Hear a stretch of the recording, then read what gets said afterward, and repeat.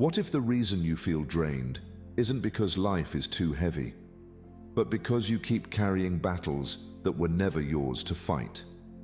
We live in a world that praises constant caring. Yet, as one timeless truth says, the tighter you hold, the more you suffer.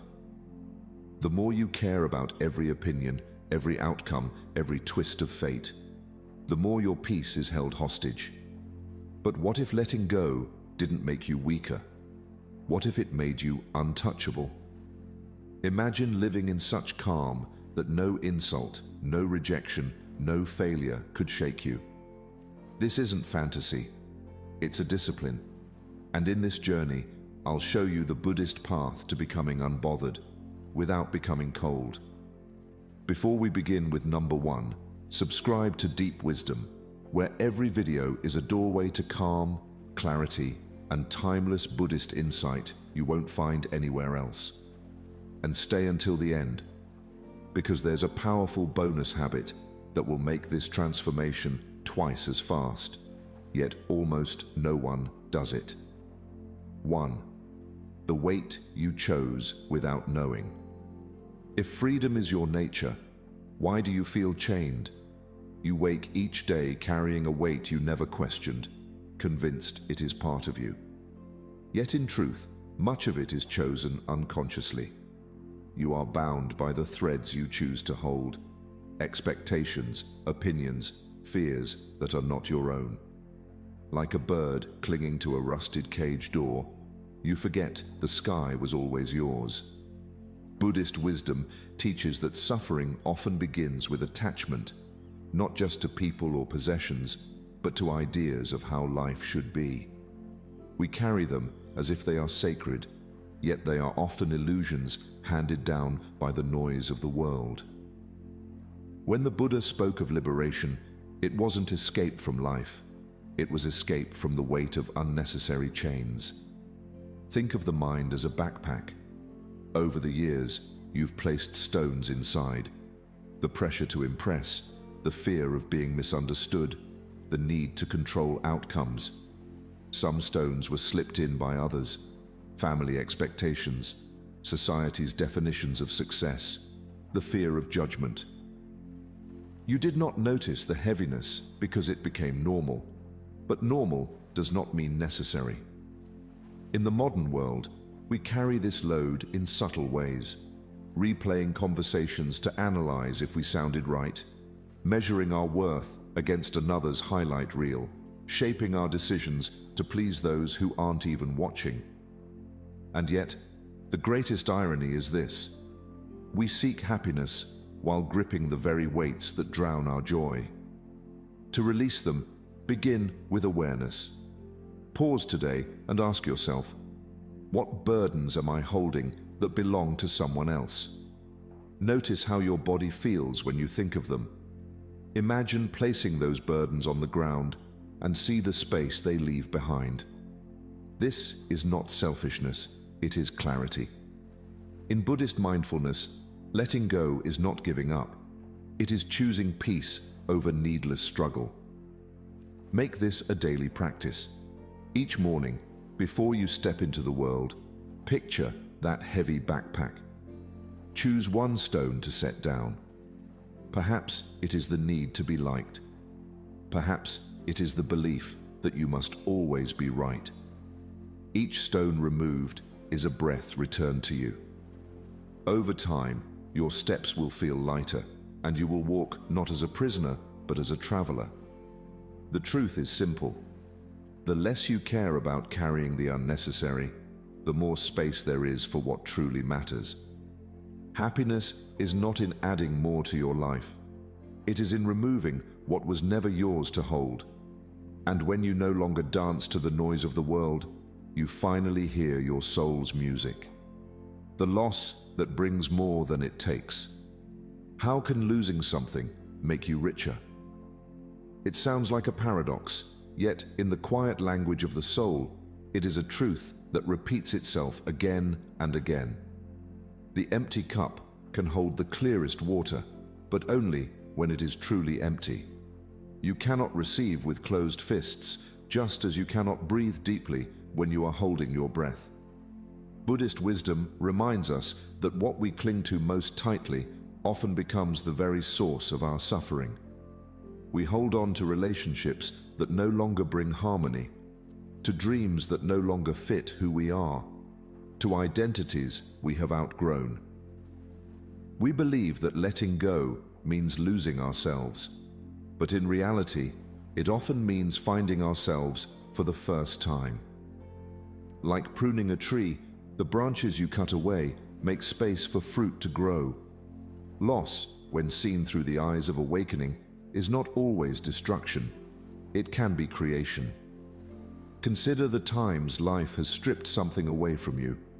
A job you thought you needed, a friendship you believed would last forever, an image of yourself you worked so hard to maintain. At first, the absence felt sharp and cold, but slowly, that very emptiness became fertile soil for something purer to emerge. In our modern world, we are taught to measure richness by how much we have: possessions, achievements, validations. But Buddhism invites a different question. What can I remove so that my heart is free to breathe? Imagine yourself holding on to something so tightly that your knuckles turn white. Now imagine loosening your grip, letting it slip away, and looking down to see your hands open, ready to receive what life has been trying to give you all along. This practice begins with courage, the courage to face the fear that without this thing you will be less. Sit with the fear. Notice its shape, its weight. Then ask yourself, what am I afraid to lose, yet might gain peace by letting go? The mind will offer 100 reasons to cling, but your heart knows that true abundance flows when you stop damming the river. Make it a daily ritual. At the end of each day, reflect on one thing you can release: a resentment, a false obligation, a self-imposed expectation. See yourself placing it gently down, like a branch that has served its time. Watch how your inner landscape opens. In time, you will realize that what was taken was never truly yours, and what was given in its place, peace, clarity, lightness, is worth infinitely more. When you no longer fear the emptiness, you begin to trust it, and in that trust, you discover the quiet miracle. Losing is not always loss. Sometimes it is the beginning of being truly full. We'd love to hear your thoughts. If you're not sure what to say, just type, "I choose peace daily." The sacred pause between action and reaction. What if the most important part of your life was just 1 second long? One breath, one pause, one heartbeat where you choose differently. In the gap lies your freedom. It is the quiet space between what happens to you and what you choose to do next. And yet, most people rush past it, reacting on impulse, adding fuel to the fires they wish would die out. Buddhist wisdom teaches that mindfulness is not simply about stillness, it is about awareness in motion. Life will always bring moments that trigger anger, fear, or defensiveness. But there is a sacred pause between action and reaction, like the moment between a match striking and the flame catching. In that sliver of time, you still hold the power to prevent the fire. We often believe our reactions are automatic, unchangeable. Someone insults us, we feel hurt. A plan collapses, we panic. But these are not fixed laws, they are habits of the mind. When you slow down enough to notice the space between the event and your response, you step out of the prison of reflex and into the field of choice. This is where emotional freedom is born. In the modern world, speed is worshipped. Messages demand instant replies. Problems demand instant solutions. But urgency is not always truth. Often, it is the mind's trick to avoid awareness. Imagine the next time you feel provoked, stopping for one slow, intentional breath, Notice the tension in your body, the story in your mind, and then do nothing. This nothing is not emptiness, it is presence. Make it a practice. Whenever you feel triggered, imagine you are holding a delicate cup of water. If you move too quickly, it will spill. But if you hold still, the water settles and you can see clearly through it. Ask yourself, what changes when I pause before I speak? How many mistakes are born from rushing? The answers will teach you more than any argument ever could. Over time, this pause becomes your strength. You will find that you do not need to defend every opinion, attend every fight, or chase every fleeting urge. The pause reveals that most storms pass without your interference. And when you do act, your actions are sharper, kinder, and aligned with your deeper truth. 1 second can feel like nothing, but it can also change everything. The less you let your emotions control your instant reactions, the more peace you create within yourself and around you. And in that space, that sacred pause, you discover the quiet power to choose your own freedom. The one thing that was always yours. If you cannot control the waves, what can you control? Life's waters are rarely still. Some days they carry you gently. Other days they rise in storms that threaten to pull you under. Yet in all this movement, one thing has always been yours. Master the helm, not the sea. The waves will never belong to you, but the way you steer through them always will.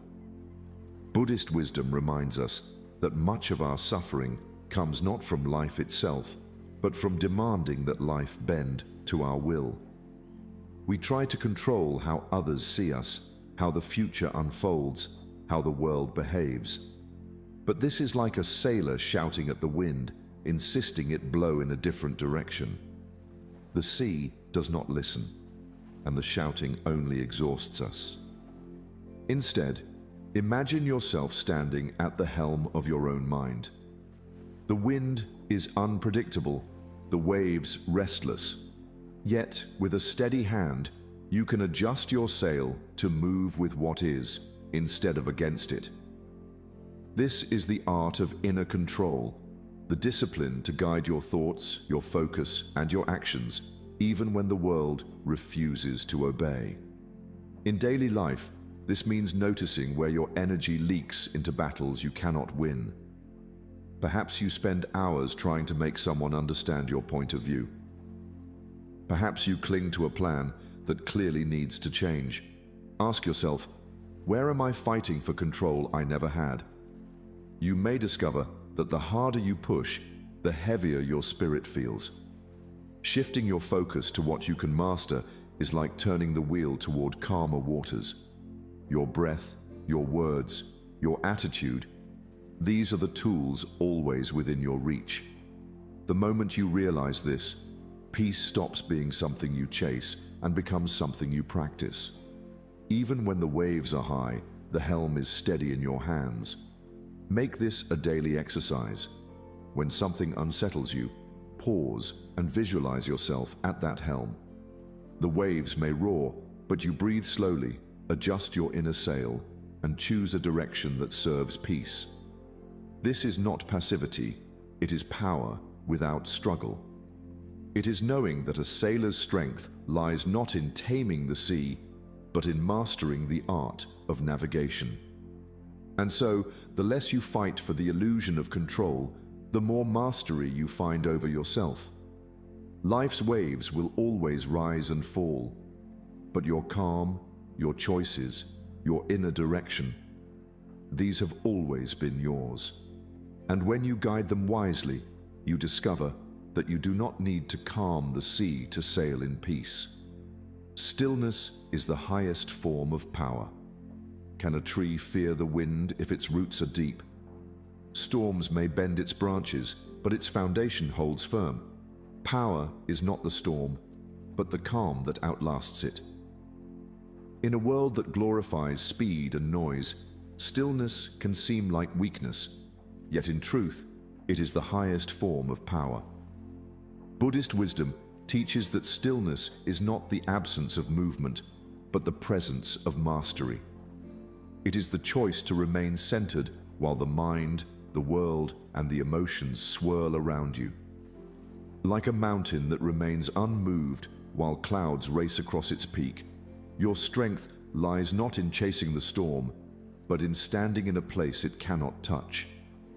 The mind, left untrained, reacts to every gust of wind, a comment, a setback, a fear.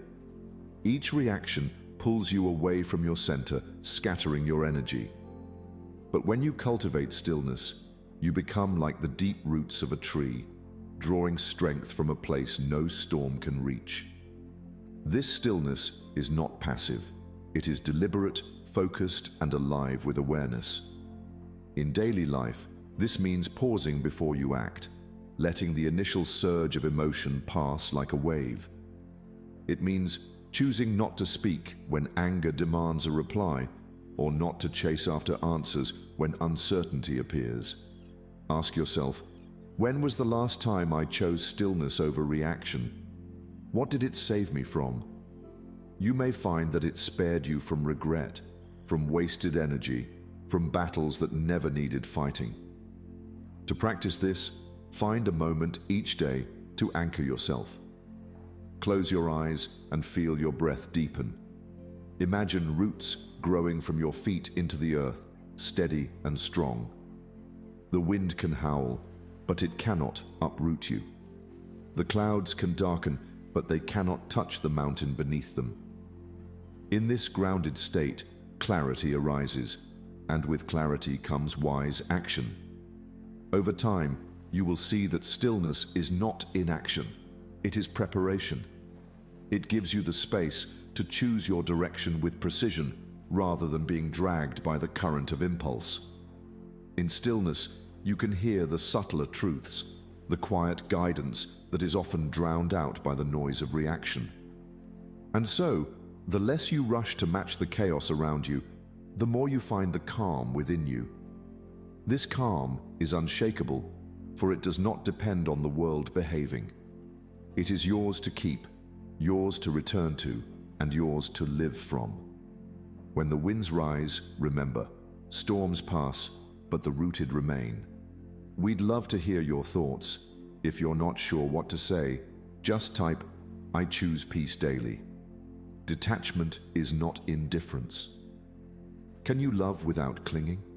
We are taught that love means holding on, protecting, and never letting go. Yet Buddhist wisdom whispers another truth.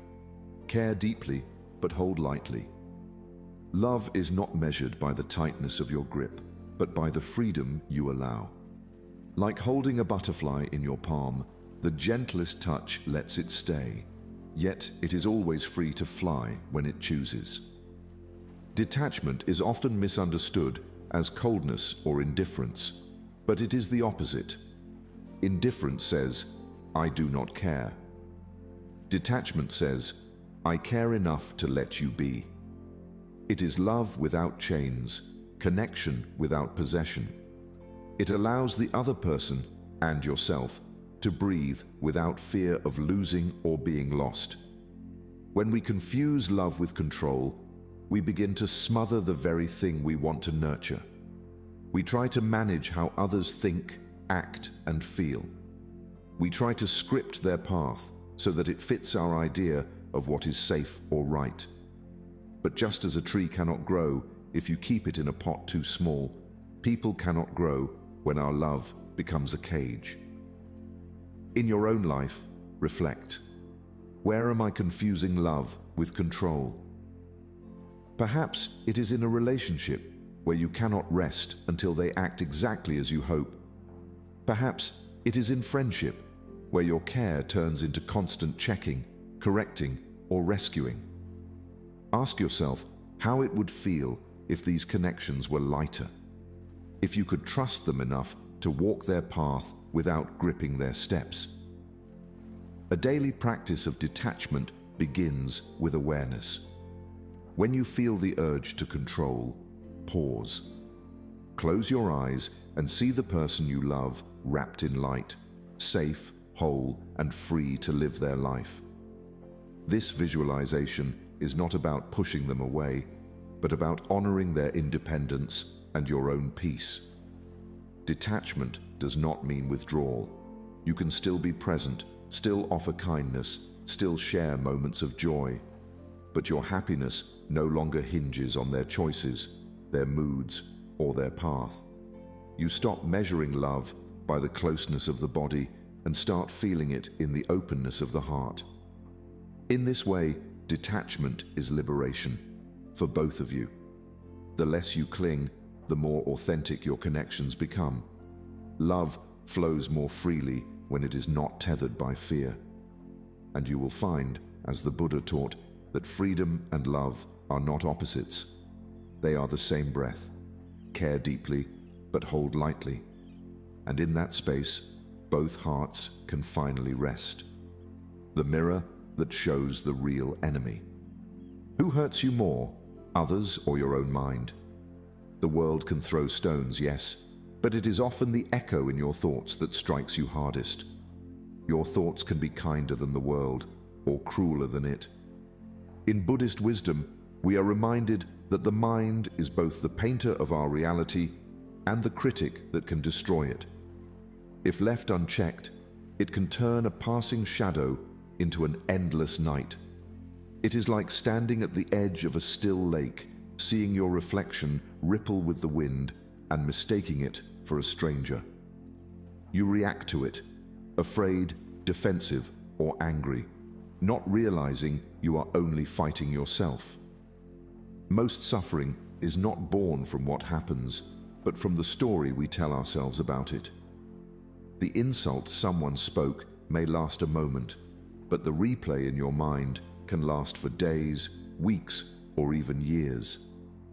In modern life, this is why so many feel exhausted without knowing why. You might spend hours imagining what someone meant by a glance, building entire battles that never happened. You might take a single failure and weave a narrative of, "I'm not good enough." These stories may feel real, but they are creations of the mind, sharpened each time you think them. Buddhist practice invites us to look into this mirror with honesty. When hurt, pause and ask, is this pain coming from outside or from the story I'm telling myself? You may find that the external event was small, but your mind has painted it in bold, heavy strokes. This awareness alone is the beginning of freedom. To train the mind toward kindness, you must first notice its cruelty. When a painful thought arises, do not push it away. Instead, look at it as you would look at a cloud, passing, changing, without solid form. Replace the harsh story with a gentler truth. Maybe they were having a bad day. Maybe it's not about me. Maybe I don't need to carry this. Make this a daily discipline. Each night, reflect. How often am I fighting battles that only exist in my mind? You may discover that most of your exhaustion comes not from life itself, but from wrestling shadows. And shadows vanish when you bring them into the light.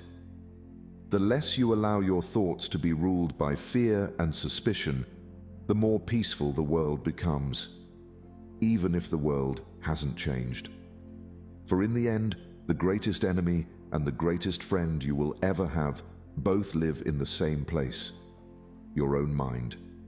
Train it well, and it will stop hurting you and start protecting you.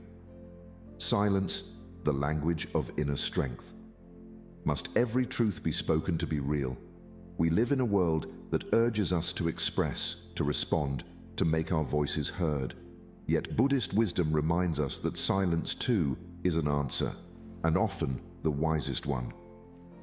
The tongue can wound more than the sword, but it can also heal through restraint.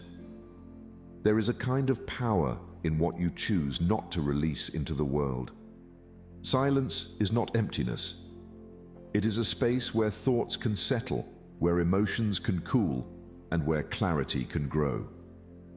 Like a candle burning silently in the dark, it still gives light without making a sound. When you withhold words born from anger, pride, or fear, you create a sanctuary where peace can take root, within you and between you and others. So much of our suffering comes from speaking too quickly, from letting raw emotion pour out before it has been softened by understanding. A moment of thoughtless speech can plant seeds of conflict that take years to uproot. But silence, when chosen mindfully, can prevent entire gardens of regret from growing. In daily life, this practice means recognizing the moment before you speak, that delicate space where choice lives. Not every truth must be announced. Some truths are better lived than declared. Some truths ripen in the quiet until they become wisdom, and when spoken later, they nourish instead of wound. Try this today. When you feel the urge to speak from a place of irritation, pause. Breathe deeply. Visualize sitting in stillness for 1 full minute, noticing how much power remains in what you don't say. You may find that your silence changes the energy of the moment entirely. Instead of escalating tension, it allows calm to rise. Instead of deepening misunderstanding, it creates room for empathy to enter. Ask yourself, what could I choose not to say today and gain peace instead? This is not about avoiding truth or suppressing feelings. It is about choosing the right time and the right heart to deliver them. Silence gives you both. Over time, this mindful silence becomes a shield. You will find you no longer need to defend yourself in every moment, no longer need to prove your worth through words. The less you give in to the impulse to react, the more inner space you create.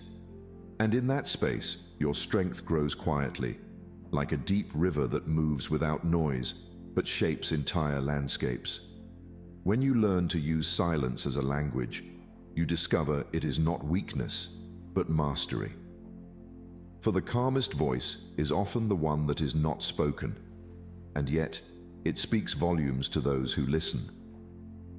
We'd love to hear your thoughts. If you're not sure what to say, just type, "I choose peace daily," the illusion of urgency. Who decided that everything must happen now? We live in a constant push to answer quickly, to decide quickly, to achieve before the day ends. Yet Buddhist wisdom reminds us that not all things are meant to be hurried. Time is the ocean. You are the shore. The waves will come and go, no matter how much you demand or resist. The mind, when trapped in urgency, forgets that life moves at its own rhythm. Like a river that reaches the sea without rushing and never arrives late, your path, too, unfolds without needing to be forced. Yet we convince ourselves that if we pause, we will fall behind, not realizing that it is our rushing that often makes us stumble. Urgency feeds stress, and stress clouds wisdom. When you demand answers before clarity has ripened, you plant seeds and dig them up each day to see if they've grown. You cannot rush the sunrise. You cannot force the tide to rise faster. And yet, we try. In our relationships, in our careers, in our healing, creating more suffering than the waiting ever could. Ask yourself, what am I rushing that would unfold perfectly in its own time? You may find that the need to hurry comes from fear. Fear of losing control, fear of missing a chance, fear of the unknown. But when you release that fear, you see that life has never been late. Everything that has shaped you arrived when you were ready to meet it. Practice this truth daily. The next time you feel the pulse of urgency, pause and take 3 slow breaths. Imagine the tides moving in and out without effort, neither grasping for the shore nor running from it. In that rhythm, feel how your body softens. Your mind will want to pull you forward, but let it rest in the present, where no hurry lives. In stillness, decisions become clearer. In patience, actions become wiser. You will find that opportunities which feel urgent now are often not the ones that truly matter, and the ones that do matter will not pass you by when you are calm enough to receive them. Over time, you will see that urgency is often an illusion, a shadow cast by the mind's restlessness. The less you obey it, the more peace you allow in. Your life stops feeling like a race and begins to feel like a walk through a garden, where each step can be noticed, each breath can be savored. You are the shore. Time is the ocean. Let the waves come as they will. You will meet them when they arrive, and never a moment too late. The quiet rebellion against chaos. How do you win without fighting? In a world that glorifies reaction, the quiet choice to remain still can feel like defeat. But Buddhist wisdom teaches that peace is victory without battle. There is a power in refusing to let chaos dictate your movements, in choosing silence when the world demands noise. When conflict calls your name, it tempts you to join its rhythm, to match its energy with your own. Yet this is like dancing to a song you never wanted to hear. You don't have to join every argument, respond to every provocation, or defend every action. Sometimes, the greatest strength is in the refusal to step into the arena at all. Like refusing to dance when chaos plays its loudest song, you create space for your own rhythm to be heard. This doesn't mean ignoring injustice or pretending problems don't exist. It means not allowing yourself to be swept away by the emotional storms of others. You can stand in the center of the storm without becoming part of it. Imagine yourself in a noisy crowd, voices rising, tempers flaring, yet you hear only the steady, gentle rhythm of your own breath. This is not passivity, this is mastery. The world will always have its noise, its provocations, its urgent demands for you to take a side. But when you respond from stillness, your actions are precise, intentional, and free from the poison of impulsive reaction. Ask yourself, where can I choose peace instead of proving a point? You may realize that many of your battles are born from ego, the need to be right, the need to be heard, the need to be acknowledged. When you let go of that need, you often discover the issue was not worth your energy in the first place. The quiet rebellion against chaos is not about retreating from life, but about engaging with it from a place of clarity. When others push, you don't have to push back. When they raise their voices, you can lower yours. When they rush, you can slow down. In doing so, you create a ripple, a subtle influence that can calm even the most turbulent waters around you.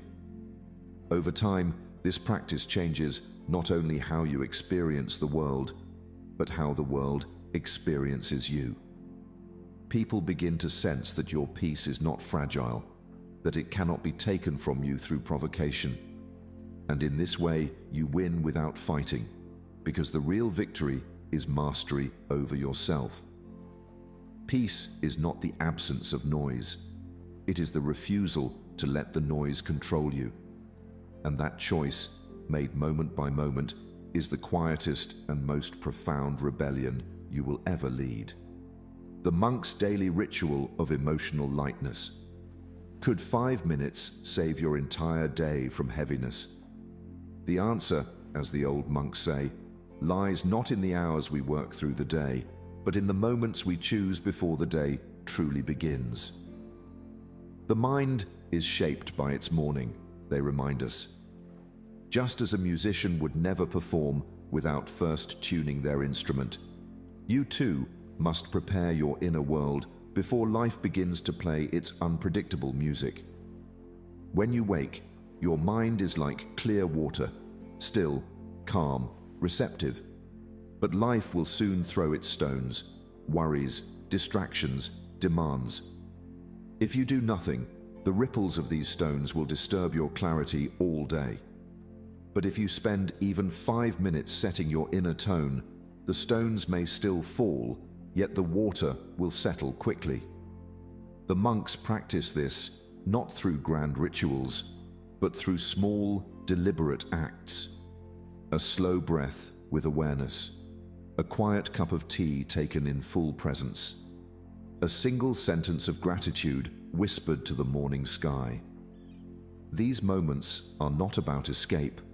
They are about alignment, about anchoring your mind in peace before the world has a chance to pull it elsewhere. Like tuning an instrument before a concert, you begin to notice that those 5 minutes influence the entire symphony of your day.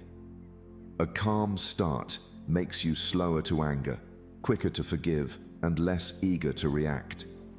You become less concerned with the chaos around you because your inner state is no longer dependent on it. Visualize this tomorrow morning. You wake, sit in stillness, and imagine your mind as a deep, undisturbed pool. Even if life throws a stone into it later, you will not carry the ripples longer than needed. You will let them pass, and your surface will return to calm. Ask yourself, what small daily ritual can I begin to guard my peace? It need not be complicated. It could be lighting a candle, taking 10 slow breaths, or stepping outside to feel the sun on your face before looking at your phone. The key is to choose something that reminds you that you are in control of how you enter the day. This is not just a morning habit, it is a declaration that your peace matters more than the world's noise, that you refuse to hand over your inner stability before the day has even started. With time, you will see that 5 minutes of intentional stillness can outweigh hours of stress. And perhaps then you will understand the monk's secret. A peaceful day is not given by chance. It is shaped, guarded, and chosen at the very beginning. Bonus lesson: the freedom of needing less. What if happiness was subtraction, not addition? In a world that urges you to accumulate possessions, achievements, validations, there is an ancient truth quietly whispering that the opposite might be the way. You are richest when you desire nothing. It is a truth that does not sparkle like gold, yet it holds a weight that outlasts every treasure. Think of the sky. It does not need to acquire clouds to be beautiful. In fact, the more it is emptied, the more expansive and clear it becomes. In the same way, the less you carry, in wants, in comparisons, in restless striving, the lighter and freer you feel. The fullness of life is not found in the pile of what you own, but in the space that remains when you no longer need to own it. We often believe peace will come when we finally have the more we seek: more money, more recognition, more comfort. But desire is a moving target. Each time you reach it, it moves again, keeping you in a constant chase. The monks know this cycle well, which is why they choose to step off the path entirely. They discover that in needing less, they have already arrived. Imagine for a moment your life with fewer wants, not fewer joys, but fewer demands for joy to appear in a specific way. Without the weight of, "I'll be happy when," your mind opens to notice the blessings already scattered around you: the warmth of morning light, the taste of a simple meal, the ease of a deep breath. These moments are not rare. They are simply overlooked when our gaze is fixed on what is missing. This is not about rejecting the world or living without beauty. It is about no longer being owned by what you think you must have. The more you release your grip, the more you notice that life has already been holding you. Ask yourself, if I stopped chasing more, what joy would I finally notice?